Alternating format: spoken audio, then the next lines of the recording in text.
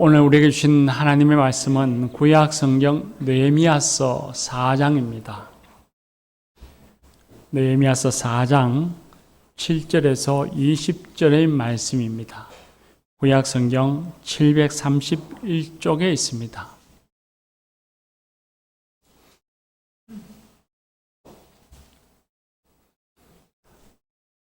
느헤미야서 4장 7절에서 20절 말씀입니다. 이것은 하나님의 말씀입니다. 이제 하나님의 말씀을 듣겠습니다.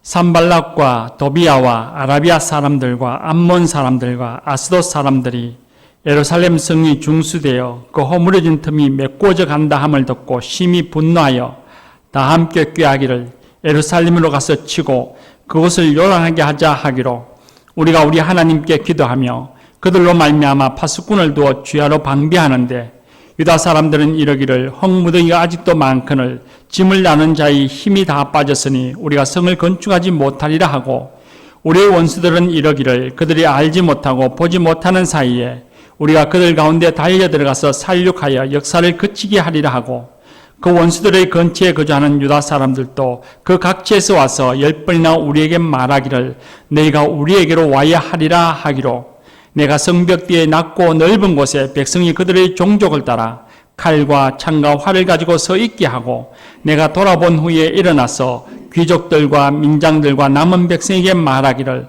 너희는 그들을 두려워하지 말고 지극히 크시고 두려우신 주를 기억하고 너희 형제와 자녀와 아내와 집을 위하여 싸우라 하였느니라. 우리의 대적이 우리가 그들의 의도를 눈치챘다 함을 들으니라. 하나님이 그들의 꾀를 피하셨으므로 우리가 다 성에 돌아와서 각각 일하였는데 그때로부터 내 수하 사람들의 절반은 일하고 절반은 갑옷을 입고 창과 방패와 활을 가졌고 민장은 유다 온 족속의 뒤에 있었으며 성을 건축하는 자와 짐을 나르는 자는 다 각각 한 손으로 일을 하며 한 손은 병기를 잡았는데 건축하는 자는 각각 허리에 칼을 차고 건축하며 나팔 부는 자는 내 곁에 섰느니라. 내가 귀족들과 민장들과 남은 백성에게 이르기를 이 공사는 크고 넓음으로 우리가 성에서 떨어져 거리가 먼적 너희는 어디서든지 나팔 소리를 듣거든 그리로 모여서 우리에게로 나오라. 우리 하나님이 우리를 위하여 싸우시리라 하였느니라. 아멘.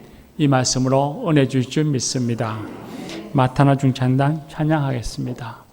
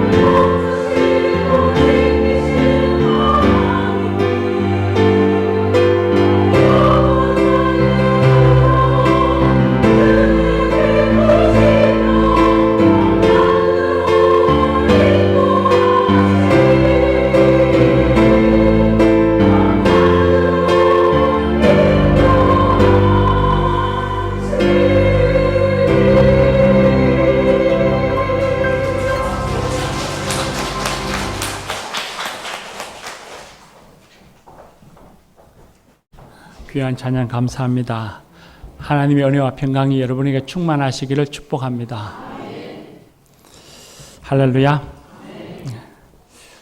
추운 겨울 남쪽 나라를 향해 날아가는 철새 기러기 때는 항상 B자를 그리면서 날아간다고 합니다.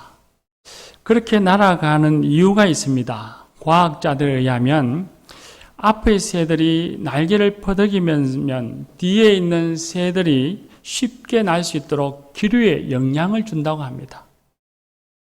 기러기떼가 V자로 다 함께 날면 혼자 날아가는 것보다 약 70%나 더 멀리 날 수 있다고 합니다. 혼자 날면 10km밖에 못 가는데 함께 V자를 그려서 날면 17km를 간다는 말입니다. 혼자 날면 100km밖에 못 가는데 함께 V자를 그려서 날아가면 170km를 날아갈 수 있다는 겁니다. 또한 V자형으로 날아가는 기러기떼는 서로 협력합니다. V자 앞에 제일 꼭지점 가운데에 서서 앞에 날던 기러기가 지치면 뒤에 있던 기러기와 자리를 바꿨습니다. 그리고 뒤에 있는 기러기는 우는 소리를 냅니다. 이 소리는 힘을 내라는 격려의 소리입니다. 앞에 선 기러기에게 힘을 내어라고 격려하는 울음소리입니다.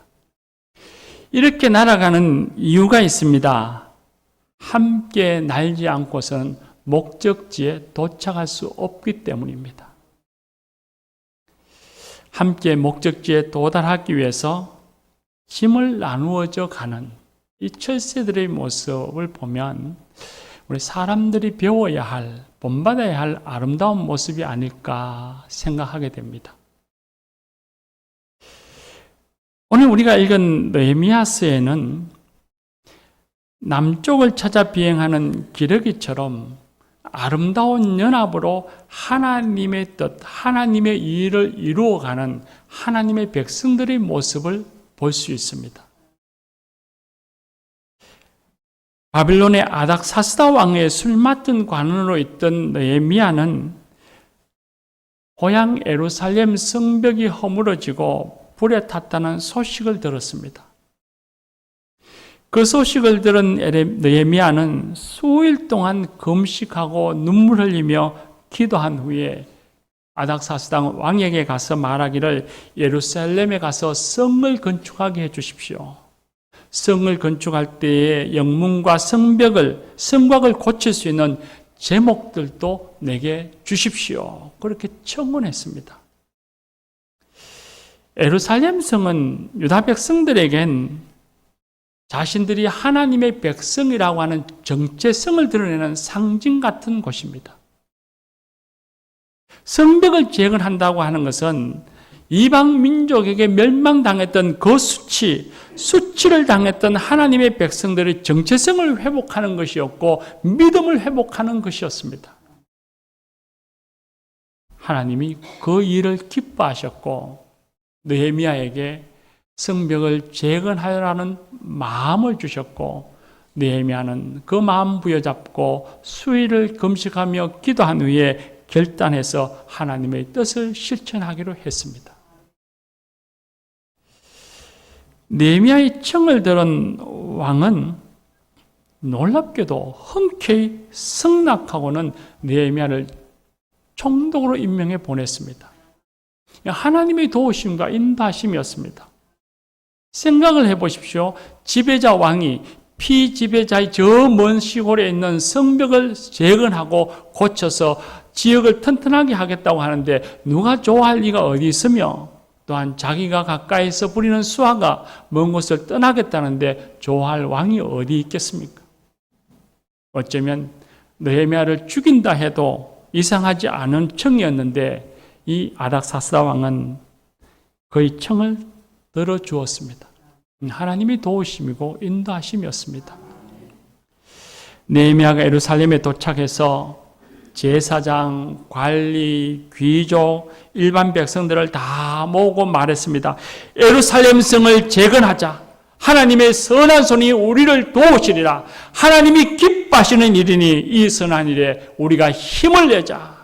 그렇게 권면하고 독려했습니다. 모든 백성들이 호응을 하고 공사를 시작했습니다. 그렇게 공사가 시작되어져 가는데 아무런 어려움 없이 일이 원만하고 형통하게 착착 진행되어져 갔더라면 얼마나 좋았겠습니까? 그런데 세상의 대부분의 일들이 다 그러한 것처럼 성벽을 재건하는 느헤미야와 유다 백성들에게도 어려움이 찾아왔습니다. 아무리 선한 일이라도 어려움은 찾아옵니다. 이 개인의 삶도 그렇습니다. 정직하게 열심히 살면 어려움이 없을 것 같지만 실제로는 우리의 살아가는 삶엔 어려움이 닥쳐오는 걸 우리는 경험합니다. 가정도 마찬가지입니다.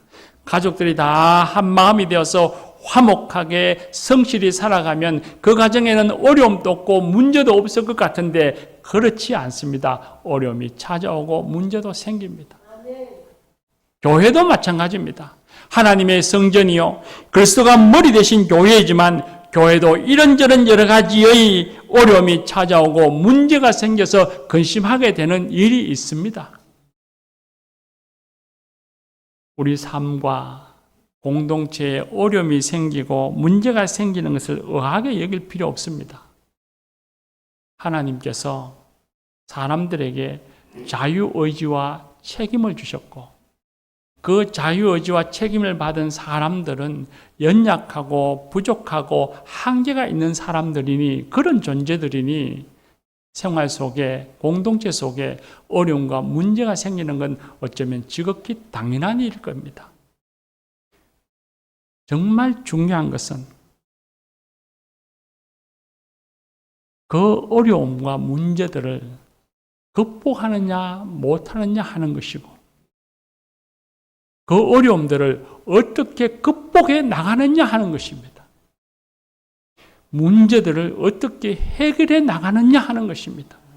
성경은 우리에게 그걸 가르쳐 주십니다. 성벽을 재건하는 유다 백성들에게 먼저 외부에서부터 어려움이 찾아왔습니다. 유다 사람들이 모여서 예루살렘 성벽을 재건한다는 말을 들은 북쪽의 사마리아 사람들, 동쪽의 요단강을 넘어 암몬 사람들, 남쪽의 아라비아 사람들, 서쪽의 아스다 사람들이 다 일어나서 유다 사람들이 성벽을 재건한다는 소식에 화를 내면서 말을 합니다. 예루살렘으로 쳐들어가서 성벽을 건축하지 못하도록 그들을 혼란스럽게 하자. 그러면서 예루살렘을 공격할 계획을 세웠습니다. 성벽이 재건되어지면 예루살렘 성에 자기들 마음대로 출입하기가 힘이 들고 그러면 장사하기가 쉽지 않고 경제적으로 어려움이 올 것이라 생각했습니다. 이 소식을 들은 느헤미야와 유다 사람들은 하나님께 기도했습니다. 하나님, 우리를 도우소서. 하나님, 우리가 적과 싸워 이기게 해 주십시오. 그렇게 기도하고 적의 공격에 대비해서 하루 종일 보초를 세워서 공격에 대비했습니다.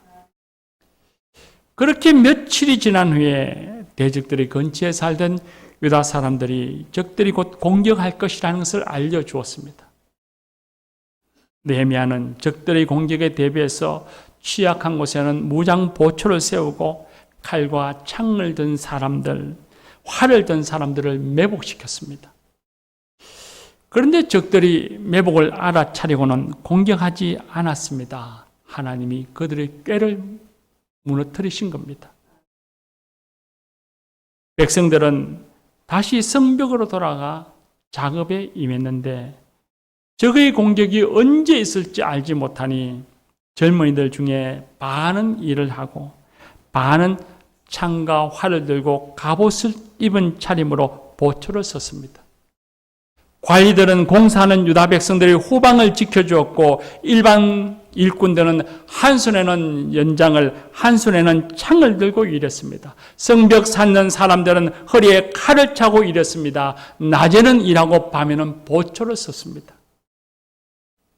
느헤미야를 비롯한 모든 일꾼들은 옷을 입은 채 잠자리에 들었고 물을 떨어갈 때에도 손에서 창을 놓지 않고 일했습니다.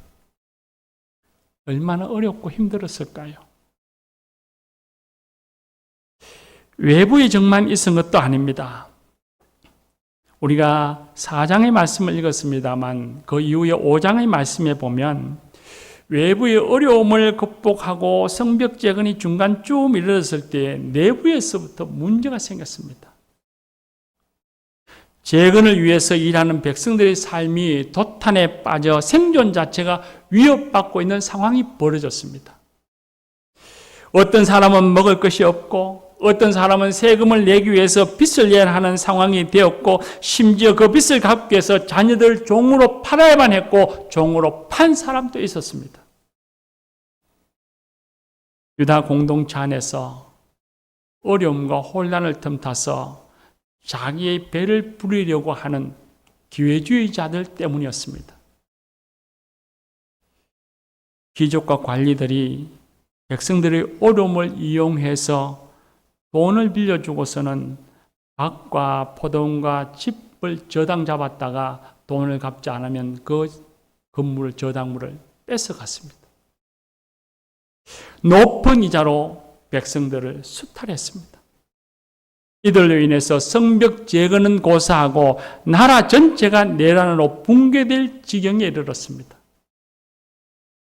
느헤미야는 이런 내부의 위기를 새로운 기회로 삼고자 했습니다. 느헤미야는 귀족들과 관리들을 다 불렀습니다. 그리고는 백성들의 고난에도 아랑곳 없이 이득을 취해왔음을 지적하고 엄히 꾸짖었습니다. 그리고 백성들에게 빌려준 돈의 이자를 갈취하는 것을 멈추게 하고 저당 잡은 밭과 포도원과 집을 돌려주고 음식과 돈을 구워주고 받는 이자도 탕감해 주라고 말했습니다. 놀랍게도 오늘 5장 말씀에 보면 그 말을 들은 귀족과 관리들은 느헤미야의 제안에 수긍하여서 저희들이 뺏은 모든 재산을 돌려주고 백성들에게 더 이상 이자도 요구하지 않겠습니다. 그러면서 하나님 앞에 서야겠습니다. 귀족과 관리들만이 아닙니다. 총독 느헤미야도 백성들의 삶의 곰핍함을 보고서 이전의 총독들과는 달리 자신이 당연히 받아야 할 총독의 녹을 받지 않았습니다. 그리고 느헤미야와 함께 예루살렘에 온 그의 수하들도 백성들의 고통에 동참해서 살이 사욕을 채우지 않았습니다. 문제는 해결되었고 유다 공동체는 더욱더 그 연합이 공고해졌습니다. 그렇게 성벽 재건 공사는 계속 진행되어서 성벽 재건을 시작한 지 52일 만에 그 큰 예루살렘 성벽을 한 달 보름 만에 온전히 재건했습니다. 외부의 대적, 내부의 갈등과 다툼의 문제들, 그 모든 문제들, 어려움들을 다 이겨내고 그들은 예루살렘 성벽을 재건할 수 있었습니다. 느헤미야는 백성들과 함께 기뻐하며 이 모든 일이 하나님의 역사로 이루어졌음을 고백하고 하나님을 찬양했습니다. 그리고 말하기를 이방 족속들이 이 역사가 하나님의 사람의 힘이 아니라 하나님의 역사임을 알게 될 것이라 그렇게 말했습니다. 교우 여러분, 오늘 우리가 읽은 말씀 마치 고대 사극을 보는 듯한 거고 특별할 것도 없는 말씀 같으나 우리 조금만 유다 백성들이 성벽을 재건하는 현장, 그 삶의 자리로 우리의 눈을 돌려서 한번 상상해 보십시오. 군대에 다녀온 사람들은 아마도 다 이해하겠지만 한 손에 창을 들고 한 손에 연장을 들고 일을 한다는 것, 낮에는 일을 하고 밤에 보초 선다는 것이 얼마나 힘든 일인지 모릅니다. 그런데 그렇게 힘들게 일을 하면서도 오늘 말씀에 보면 누구 한 사람도 힘들다고 불평하는 사람이 없습니다. 누구 한 사람 나는 전쟁이 두려워서 예루살렘에서 살지 않을 거야 라고 떠나는 사람이 없었습니다. 누구 한 사람도 예루살렘 성을 쌓는 일을 중단해야 한다고 말하는 사람이 없었습니다. 왜 이런 어려운 일을 하느냐고 부정적인 말을 하는 사람이 없었고 포기하는 사람이 없었습니다. 서로가 맡겨진 일을 감당하면서 서로 의지하며 서로 협력했습니다. 하나님이 기뻐하시는 일, 자신들의 정체성과 믿음을 회복하는 성벽 재건을 위해 서로 짐을 나누어 줬습니다. 그 시대, 바벨론의 포로가 되어 살아가던 그 시대, 자신들이 살고 살아가는 자리, 바로 예루살렘이라고 하는 그 삶의 자리에서 있었던 사람들에게 주어져 있는 십자가의 짐을 서로 나누어 줬습니다. 그렇게 십자가를 나누어 짐으로써 하나님의 백성이라고 하는 공동체가 회복되어질 수 있었고 아름다운 공동체를 세울 수 있었습니다. 내부의 갈등이 있었을 때도 마찬가지였습니다. 관리들과 귀족들에게 느헤미야가 자신들의 권리를 내어놓으라고 말했습니다. 재산을 내어놓으라고 말했습니다. 재산을 내어놓는 일이 쉬운 일이었겠습니까? 예나 지금이나 돈에 다들 민감합니다. 부유하기를 바라는 것이 고대 사람이나 현대 사람이나 다 마음에 가지는 바람이고 용심입니다. 그런데 관리와 귀족들에게 너가 받아야 할 이자를 받지 말고 너가 저당 잡은 것을 돌려주라고 너희가 가진 재산을 내놓으라고 했으니 얼마나 황당스러웠겠습니까? 그런데도 관리와 귀족들은 난 못해요, 난 싫어요, 왜 그렇게 해야 합니까? 이런 식으로 해서는 안 됩니다. 잘난 총독 느헤미야 당신이나 그렇게 사시오. 그렇게 말하는 사람이 아무도 없었습니다. 자신의 것을 내 것이라 말하지 않고 내어놓았습니다. 어려운 백성들과 함께 짐을 나누어 줬습니다. 만약에 유다 사람들, 일반 백성, 귀족, 관리, 제사장 누구든지 주어진 짐을 나누어지지 않았더라면 어찌 되었을까요? 부정적인 말, 불평하고 시기하고 화를 내었더라면 그렇게 서로 문제와 어려움을 더 키우고 키웠더라면 과연 성벽이 세워질 수 있었을까요? 부정적인 말이나 불평하는 말에 의해서 공동체가 흔들리고 해야 할 바의 일을 멈추었더라면 과연 하나님의 일이 이루어질 수 있었을까요?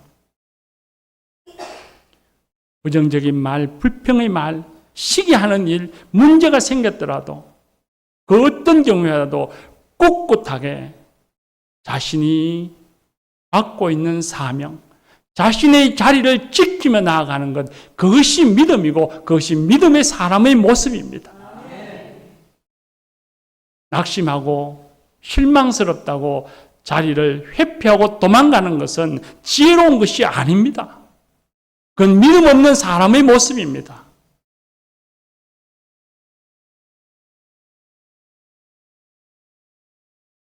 이스라엘 백성들, 유다 백성들은 서로 짐을 나누어지는 지혜와 용기로 목적지까지 도착하는 기러기들처럼 서로 짐을 나누어짐으로써 성벽 재건이라고 하는 하나님의 뜻을 이루었고 수치당했던 자신들의 자부심을 되찾을 수 있었습니다. 주어진 짐을 나눔으로써 세울 수 있었습니다. 주어진 짐을, 십자가의 짐을 나누어 짐으로써 공동체를 회복시키시는 하나님의 은혜와 권능을 체험할 수 있었습니다. 무거운 십자가일 수 있었지요. 그러나 어려운 중에서도 거기에 참여했던 백성들, 각자의 짐을 나누어 지며 일했던 사람들, 그들은 나라가 멸망하면서 하나님이 떠나신 줄 알았는데, 하나님이 우리 가운데 안 계시는 줄 알았는데, 하나님이 여전히 우리와 함께 계시는구나, 하나님이 우리를 도우시고 인도하셨구나, 하나님의 살아계심을 체험하고 기뻐하고 감격스러워하며 눈물 흘려 감사 찬양했습니다. 그들의 이후의 삶은 이전과는 전혀 다른 가슴 벅찬 삶이었고, 그들은 하나님 백성다운 삶을 살아갈 힘과 용기를 얻었을 것입니다. 교우 여러분, 가정에서나 교회에서나 어느 곳에서나 어려움은 있기 마련입니다. 문제가 없는 곳이 어디 있겠습니까? 사람 사는 곳에. 그런 어려움에 낙담하고 포기하지 말고 서로 짐을 나누어줘야 합니다. 가족들끼리, 교우들끼리 서로 짐을 나누어줘 그 어려움을 이겨나가야 합니다. 짐을 나누어지면 하나님께서 우리가 속한 공동체를 아름답게 세워 나가실 것입니다. 우리가 오늘 읽은 성벽 재건하는 이 말씀을 좀 더 깊이 들어가서 조금 더 상상력을 한번 발휘해 보기를 원합니다. 함께 짐을 나누면서 성벽 재건을 52일 만에 이룬 이 느헤미야와 유다 백성들 공동체 속에 정말 불평하는 사람이 없었을까요? 오늘 우리가 읽은 말씀의 10절과 12절 말씀에 보면 조금씩 근심하는 사람들의 모습이 나오는 걸 보면 어쩌면 밤에 창을 들고 보초를 서면서 어떤 이가 옆에 함께 보초 서는 동료에게 아유, 난 힘들어. 난 도대체 왜 이렇게 하는지 모르겠어. 난 포기할 거야. 난 하기 싫어. 절대로 저 사람들을 이길 수 없어. 이러다가 우리 모두 죽을지도 몰라. 그렇게 부정적인 말을 하는 사람이 없었을까요? 성경에는 자세히 기록하고는 있지는 않지만 그런 사람이 있었을지도 모릅니다. 그리고 그 한 사람의 부정적인 말이 숙소에서 잠자고 있던 사람들의 귀에 들리고 보초 서고 있는 사람들의 귀에 들려서 낮에 일할 때에도 사람들의 마음을 요동케 하고 공동체를 혼란스럽게 했을 것입니다. 그런데 교우 여러분, 그런 부정적인 말을 그 사람을 하나님이 과연 기뻐하셨을까요? 그런 부정적인 말에 여러 사람들이 다 침묵하고 있으면 자신의 위상이 높아지는 것 같고 자신의 말에 힘이 있는 것 같고 자기 생각이 옳은 것 같고 그래서 자랑스러워할지 모르겠으나 스스로 만족이 될지 모르겠으나 결코 하나님은 기뻐하시지 않습니다.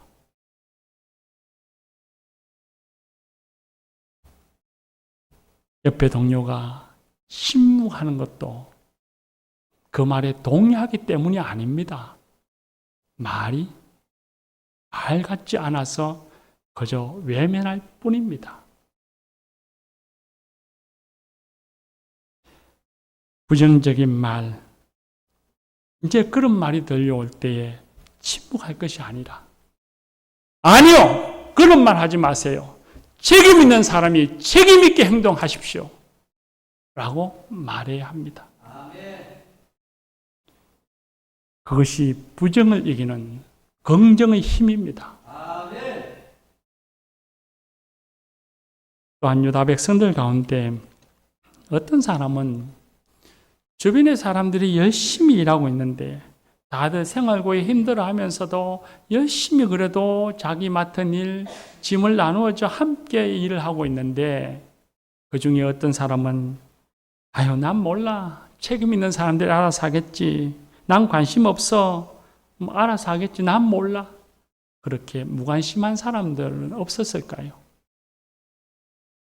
있었을 겁니다.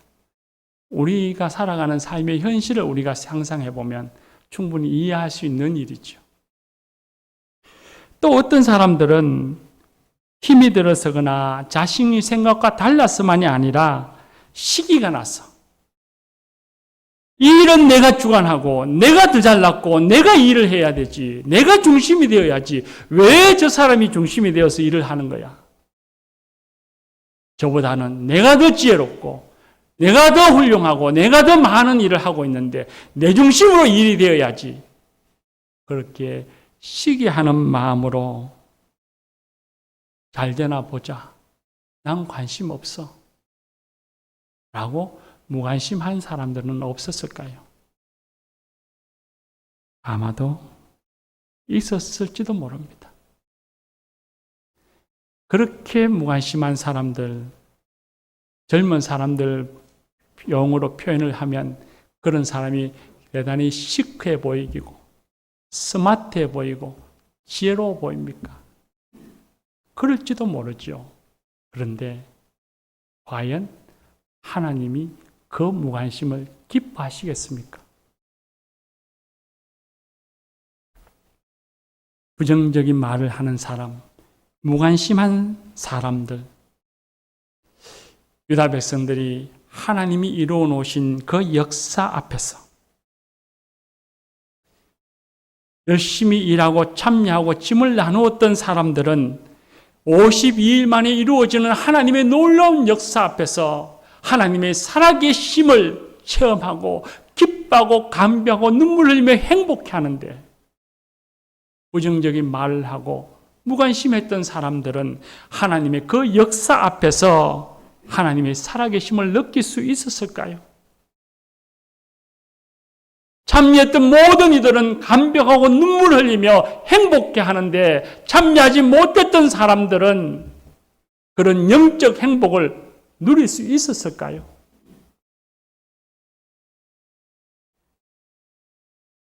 하나님과 사람 앞에서 아니 스스로 부끄러움을 느꼈을 것입니다. 그리고 성벽이 세워진 이후에 무관심하고 부정적인 말을 하고 구경했던 사람들, 아니 설령 공사가 다 이루어지지 못했다 할지라도 그렇게 무관심하고 부정적인 사람들이 유다 공동체에서 인정받고 존중받을 수 있었을까요?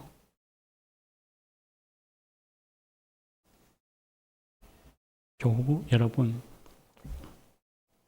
가정에서나 교회에서나 어려움이 찾아올 때 무관심하거나 부정적인 말로 우리 요동치 말아야 합니다. 하나님의 살아계심을 믿는 사람들입니다. 하나님의 은혜와 하나님의 권능을 믿는 사람들입니다. 하나님의 은혜를 믿을진데 하나님의 살아계심과 그 권능을 믿을진데 우리는 긍정적인 생각, 긍정적인 말을 하며 하나님의 일에 열심을 가지는 성도들이 되어야 합니다.